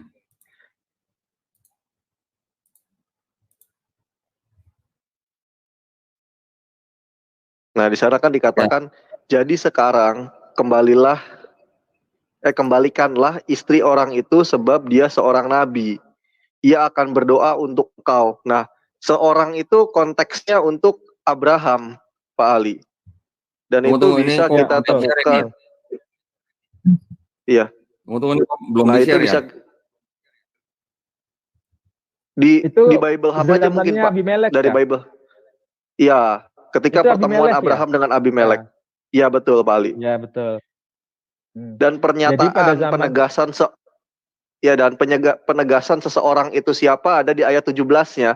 Lalu Abraham berdoa ya, kepada Allah dan Allah mengabulkan gitu kan doanya Abraham. Sedangkan Allah sendiri tadi mengatakan, atau Hashem sendiri mengatakan bahwa akan ada seorang nabi yang mendoakan engkau di sana Abimelek, ya, dan seorang nabi itu ya, adalah Abraham. Seperti itu, Pak. ya. Jadi ringkasnya begini, Hashem, Tuhan, bicara kepada Abimelek. Nanti akan datang seorang nabi. Jadi yang ngomong begini bukan orang lain, tapi Hashem, Tuhan sendiri. Ngomong kepada Abimelek, Betul. akan ada seorang. Pertanyaannya, siapa yang dimaksud seorang nabi di situ? Pada ayat berikutnya baru menjelaskan, nabi itu adalah Abraham. Ya, bahwa Abraham itu kesimpulannya nabi. Menurut siapa? Menurut Hashem, menurut Tuhan sendiri. Itu bisa dilihat di ayat yang tadi disebutkan. Jadi meskipun dicari-cari alasan bahwa Abraham itu bukan nabi, ini ayat tegas menyebutkan bahwa Abraham itu nabi. Yang mengatakan nabi adalah Hashem, Tuhan sendiri. Kalau tidak percaya silakan lihat teks-teks Targum, baik Targum Enkelos, Targum Yonatan, Targum Yerushalmi, Midrash Bereshit Rabbah menyebutkan bahwa Abraham itu nabi. Kalau tidak mau percaya juga lihat Perjanjian Lama, kitab Kejadian, pasal yang tadi dijadikan sandaran sebagai kutipan. Itu konteksnya Kejadian yang 20. bicara. Kejadian 20 ayat yang ke-7, Pak. Tadi disebutkan. Ya, ayat yang ke-7. Jadi sebenarnya gini, Pak Ali, kalau Tuhan kita mau bicara ininya. Iya gini, Pak Ali. Jadi kalau kita mau melihat konteksnya dari tersebut, itu kita bisa melihatnya di Kejadian atau Bereshit pasal ke-20 ayat 7 sampai dengan ayat 17. Di situ ada penjelasan detailnya. Ya, betul. Berarti itu sudah konfirmasi bahwa yang dimaksud nabi itu namanya adalah Abraham. Siapa yang bicara begitu? Tuhan sendiri, Hashem sendiri, Yahweh sendiri. Nah, sekarang pertanyaan selanjutnya. Kalau Abraham itu nabi, diakui sebagai nabi oleh Hashem atau Tuhan sendiri, siapakah nabi yang sezaman dengan Abraham, yang mengkonfirmasi kenabian Abraham? Tidak ada. Kalau dikatakan Lut nabi, bukan. Menurut kitab Perjanjian Lama sendiri, Lut bukan nabi. Menurut Perjanjian Lama sendiri, Lut bukan nabi. Artinya kenabian Abraham tidak dikonfirmasi oleh nabi lain. Berarti standar yang digunakan oleh Saifuddin Ibrahim bahwa seorang nabi itu diakui kenabiannya, harus ada nabi lain sezamannya. Standar itu gugur. Sudah berapa standar yang sudah terjawab? 4 standar. 4 standar. Belum lagi ada nabi lain. Nanti kita akan coba bahas. Ini ada kaitan dengan Perjanjian Lama. Saya sebut saja Ayub. Ayub itu nabi. Menurut Midrash itu nabi bukan rabi. Nabi. Pertanyaannya, apakah yang sezaman dengan Ayub ada nabi lain? Tidak ada. Berarti 4 kriteria yang telah dibangun oleh Saifuddin Ibrahim lemah semua. Tidak bisa dipertanggungjawabkan argumentasi itu. Yang terakhir, syarat yang kelima. Seorang nabi harus dari Bani Israel. Kalau bukan dari Bani Israel, bukan disebut sebagai nabi. Apakah itu bisa dipertanggungjawabkan pernyataan itu? Kriteria itu apakah bisa lolos dalam konteks akademik? Ternyata gugur. Tidak, balik. Apa buktinya? Kalau kita lihat dalam Perjanjian Lama. Ibrahim bukan dari Israel, Pak. Makanya, kalau dari sisi genealogis, genealogis, Ibrahim kan bukan Bani Israel. Dia itu nenek moyangnya Bani Israel. Bukan Bani Israel. Namanya Bani Israel itu keturunan Israel. Yakub. Sedangkan Israel itu nama lain Yakub. Yakub anaknya Ishak. Ishak anaknya Abraham. Berarti yang namanya Abraham itu bukan Bani Israel. Ini kesalahan berarti kalau menurut yang Saifuddin sangat fatal. Bukan nabi, Pak. Ya, menurut Saifuddin berarti kalau pakai standar Saifuddin Ibrahim, ya Abraham itu bukan nabi berarti, karena bukan dari bangsa Ya Israel, Pak. benar. Kalau menurut Seperti itu. standarnya Ibrahim, standar yang kelima, nabi itu harus Bani Israel. Abraham nggak masuk sebagai nabi karena dia bukan keturunan Bani Israel. Karena dia adalah moyangnya dari Bani Israel, bukan Bani Israel. Ingat, istilah Bani Israel itu keturunan Israel. Ya, Noah tidak masuk ke Bani Israel. Yang lebih tegas lagi perjanjian lama. Menyebutkan apa? Menyebutkan dua tokoh. Satu Ayub, dua Obadiah. Obadiah itu nabi. Ayub juga nabi. Tapi apakah beliau berdua dari Bani Israel? Bukan. Dia dari Bani Esau. Menurut siapa? Menurut kitab Talmud. Talmud Yahudi, orang-orang Yahudi paham bahwa ada dua nabi bukan dari kalangan Bani Israel, bukan Bani Israel. Dia adalah Ayub dan Obadiah. Dua orang ini bukan Bani Israel, dia Bani Esau, kakaknya Yakub, kakaknya Israel. Tapi kenapa bisa masuk dalam perjanjian lama? Karena memang dalam pemahaman Yahudi, nabi itu tidak harus Bani Israel. Memang rata-rata Bani Israel. Tapi ada juga yang bukan Bani Israel, termasuk Ayub, Iyop, dan Obadiah. Dia dari keturunan Esau, tapi diakui sebagai nabi dan pewahyuannya masuk dalam kanon Ibrani, perjanjian lama. Jadi kriteria yang dibangun oleh Saifuddin Ibrahim, kriteria yang kelima, lemah dalam segala hal. Belum lagi kalau kita bicara mengenai Yesus sendiri. Apakah dia disebut Bani Israel? Jawabannya tidak, Pak. ya. Siapa? Dari siapa? Oh iya. Betul. Kalau dalam konteks perspektif Yahudi, Yesus itu tetap diakui sebagai Bani Israel. Karena garis ibu. Jadi karena dari ibunya, dia dianggap sebagai Bani Israel. Tetap dianggap namun kesukuan ya, Pak. Kesukuan yang harus dari Bapak ya. Tapi kesukuannya dia dianggap tidak jelas. Kalau sebagai Yahudi, iya, dia Bani Israel. Kemudian dari garis bapak, menurut orang Yahudi, dia tidak punya bapak dalam arti bapak hubungan resmi. Tapi hubungan tidak bapak resmi, biologis, alias disebut sebagai mamzer, anak zina. Karena dia hasil dari perselingkuhan dengan seorang tentara Romawi yang bernama Pantera. Orang Yunani, orang asing. Meskipun dari garis bapak itu bangsa asing, orang goyim, karena ibunya itu orang Israel, meskipun melakukan perzinahan, tetap diakui sebagai Bani Israel. Itu dalam pemahaman Yahudi. Dan ada kitabnya, bisa dibaca dalam kitabnya Rambam, Moreh Nevuchim, yang dulu pernah saya bahas. Sekarang kita bandingkan dengan Nabi Muhammad SAW. Nabi Muhammad SAW itu dari garis bapak tegas, yakni dari Bani Ismail. Tapi dari garis neneknya, garis ibu neneknya, itu dari Bani Israel. Buktinya di mana? Muhammad bin Abdullah bin Abdul Muttalib bin Hashim, ya, 4 generasi. Saya ulangi lagi. Muhammad bin Abdullah bin Abdul Muttalib bin Hashim.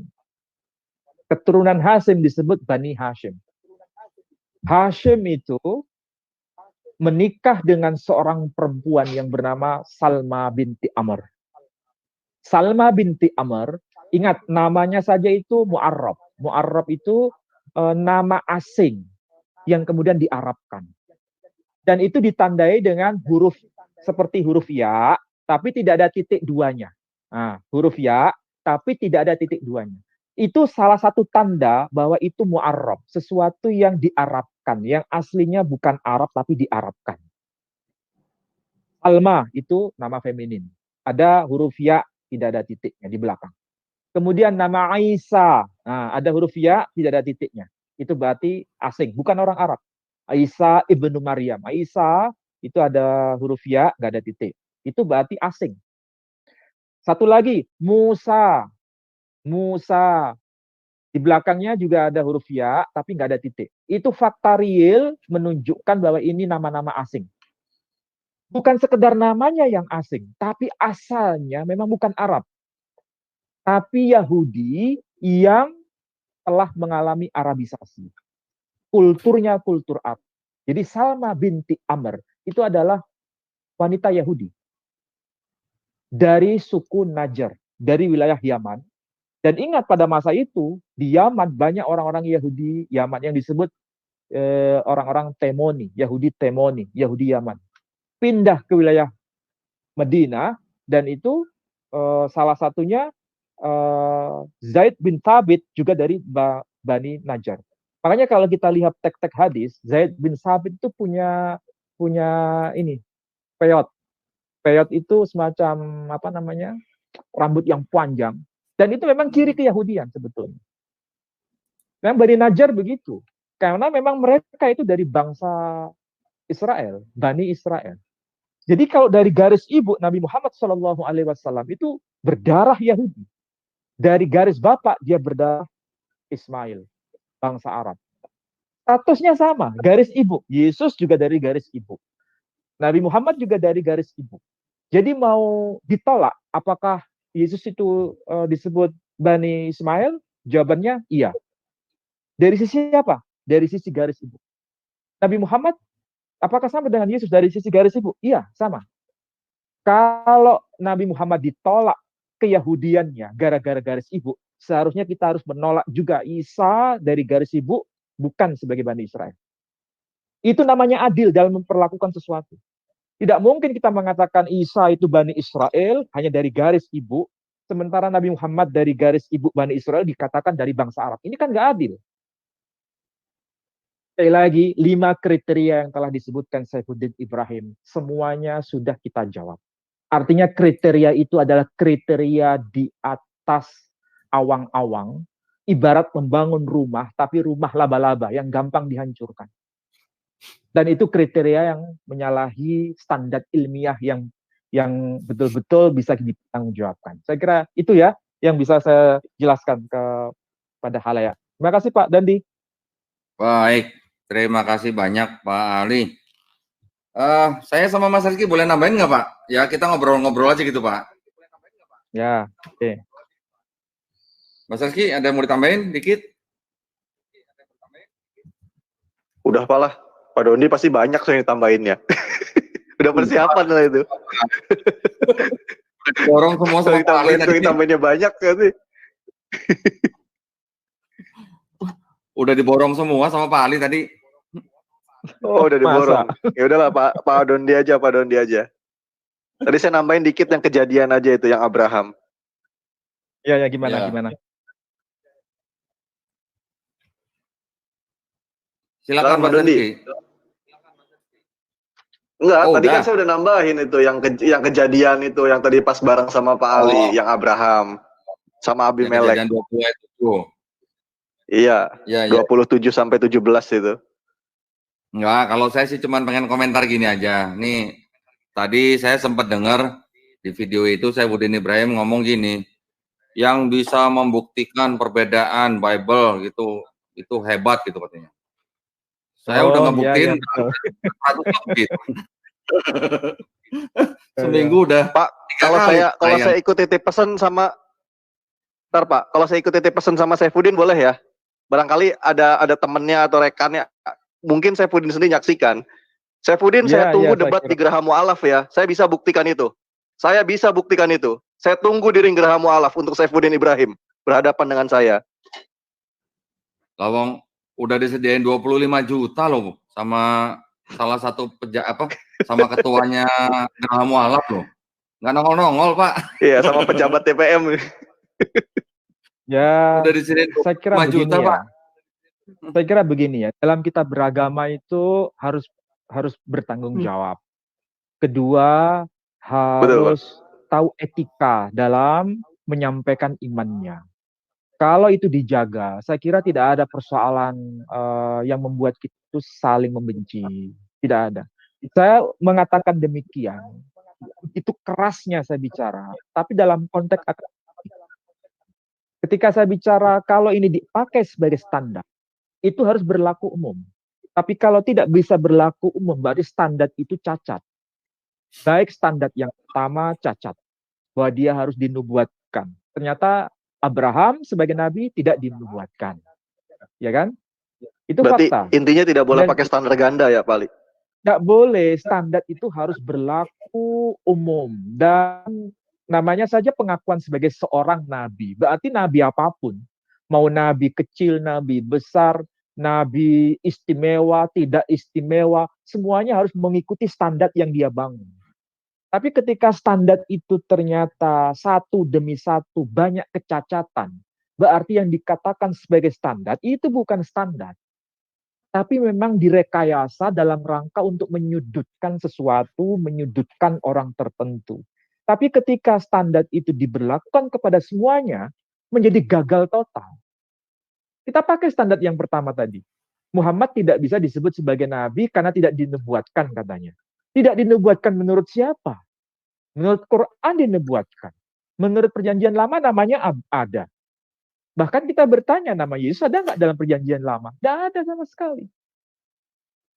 Abraham tidak dinubuatkan. Itu baru standar yang pertama loh kita bicara. Belum standar kedua, kita perdalam. Yang dia harus bermukjizat. Belum yang standar Pak yang ketiga. Ya. Pak Ali, kalau kata-kata Yesus sama atau dari dalam bahasa Ibrani-nya kan Yesua ya Pak ya.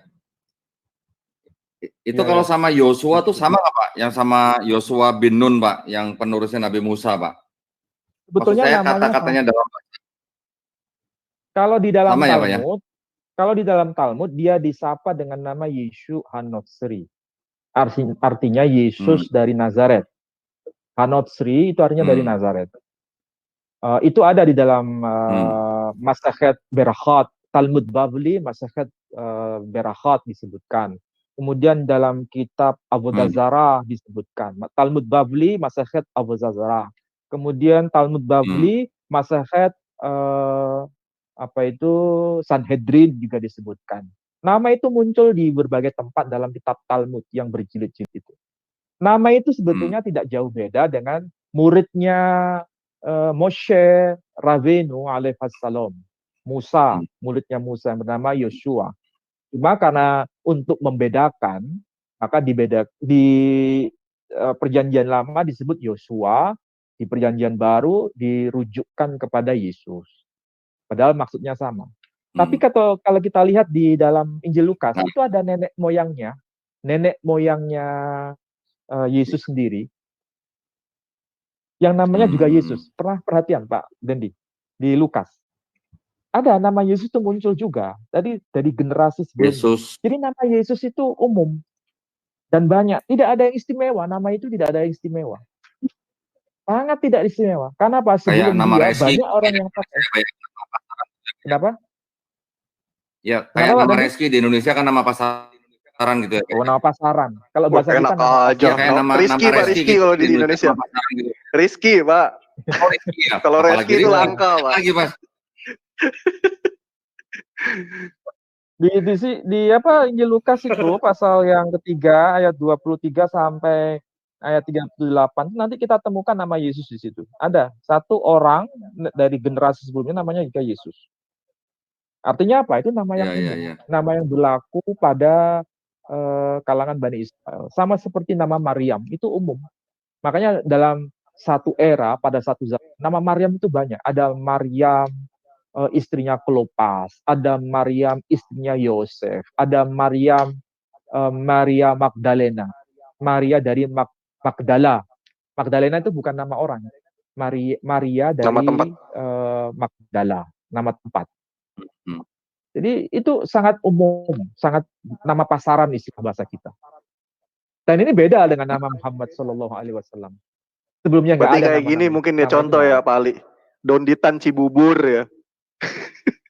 Oh ya, karena dari Cibubur, Donditan dari mana itu? Namanya pasaran. Pasaran. Kalau nama Dondi nggak pasaran, kalau nama Rizky pasaran. Pak, tapi ngomong-ngomong ada dua nama Yesus loh Pak di perjanjian lama Pak. Perjanjian lama atau perjanjian baru? Perjanjian lama, Pak. Perjanjian baru ada 2 juga, Yesus Barabas. Ya, betul. Yesus Perjanjian lama ada Barabas. lagi, Pak. Hah?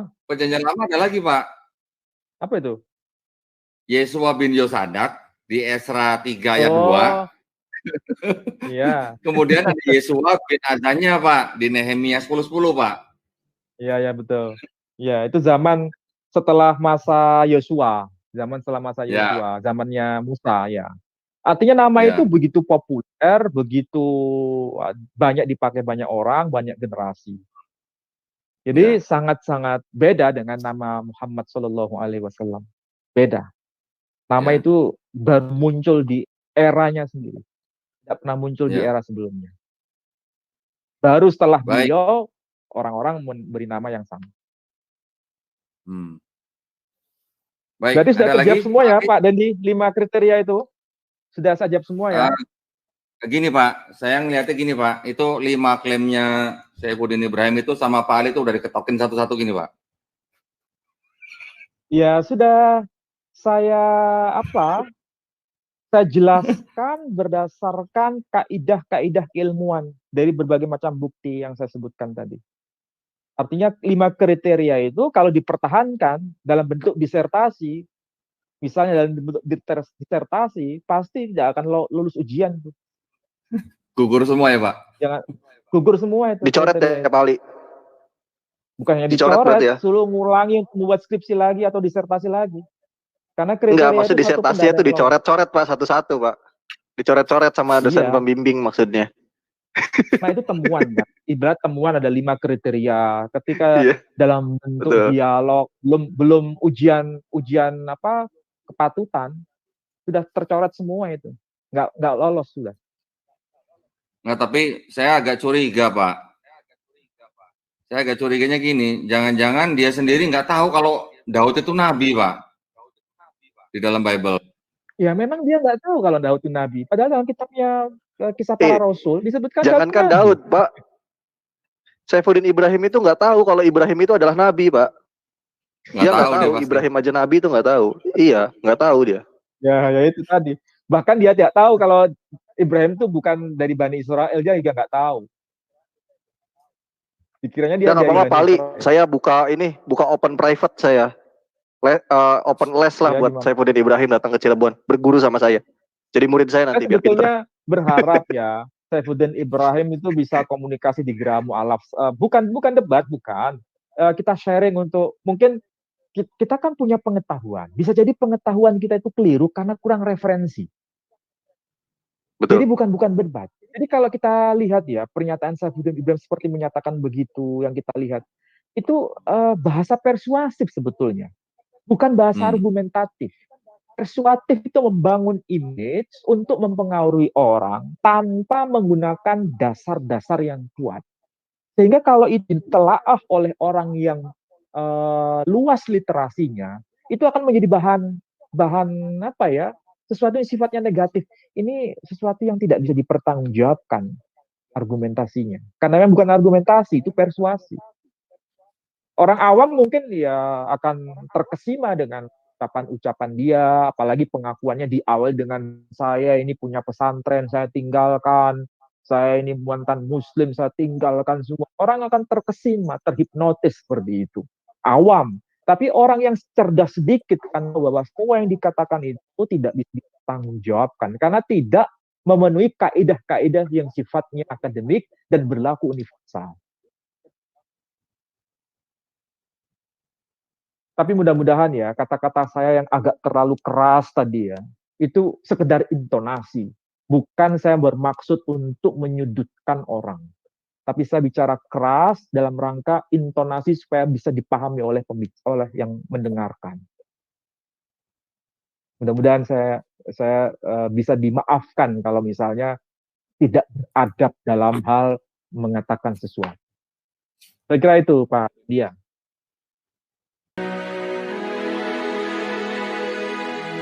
Alhamdulillah.